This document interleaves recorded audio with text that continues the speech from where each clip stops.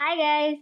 మేము మళ్ళీ ఎక్కడికెళ్తున్నారనుకుంటున్నారా? మేము తిరుమలకెళ్తున్నామండి దేవుడి దర్శనానికి. అందుకని చెప్పి మేము మా బ్యాగ్ చూడండి ఎంత పెద్ద బ్యాగో. మా టామీ అయితే ఒక్కటే అయిపోయింది అంత ఇంట్లో. మా అమ్మ అయితే దేవుడి డబ్బులు చిన్నపిల్లలకి ఇస్తే మంచిదని చెప్పి ఇస్తుంది. ఇంకా మా పిన్నికి మా చెల్లెలకి ఇచ్చాము. ఇంకా రైల్వే స్టేషన్కి వెళ్ళాము. ఇక్కడ వచ్చేసి మా సెకండ్ పిన్ వచ్చింది. మేము మా సెకండ్ పిన్ని వాళ్ళు వెళ్తున్నాము. ఇక్కడ వచ్చేసి మా అమ్మ మా చెల్లెలు ట్రైన్లో పైన ఏలాడదీసింది మా చెల్లెల్ని. ఇక్కడ వచ్చేసి వాళ్ళు ఆకుకూరలు అవన్నీ తీసుకుంటున్నారు. ఇంకా మేము దిగేసాము రేణిగుంటలో.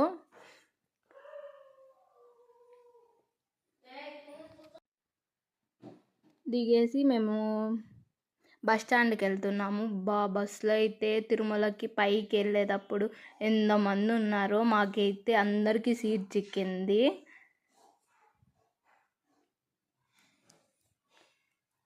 ఫస్ట్ ఎంట్రన్స్ చూడంగానే అదొక ఫీల్, స్వామిని చూస్తున్నామా అని చెప్పి నాకైతే చాలా హ్యాపీ వచ్చేసింది.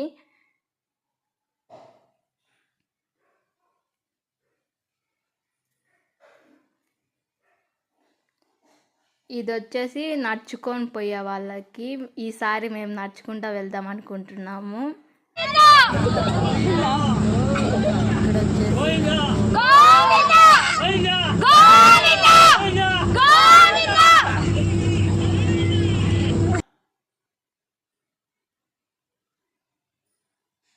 4 years తర్వాత నేను తిరుమలకి వెళ్ళాను కాబట్టి నాకు అంత హ్యాపీగా అనిపించేసింది.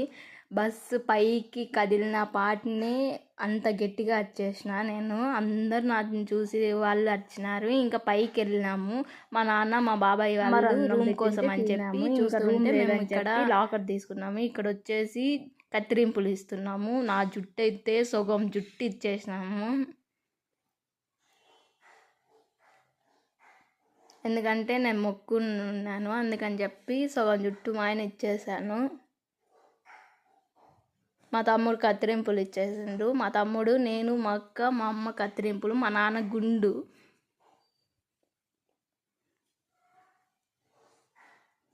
మా నాన్న గుండు చూడండి ఎట్లుందో.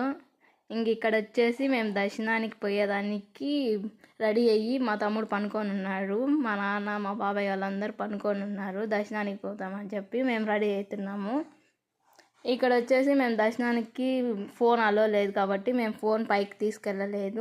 ఇంకా దర్శనం అయిపోయిన పాటిని ఇంటికి బయలుదేరిపోయాము. లడ్డు తీసుకొని ఓకే బాయ్.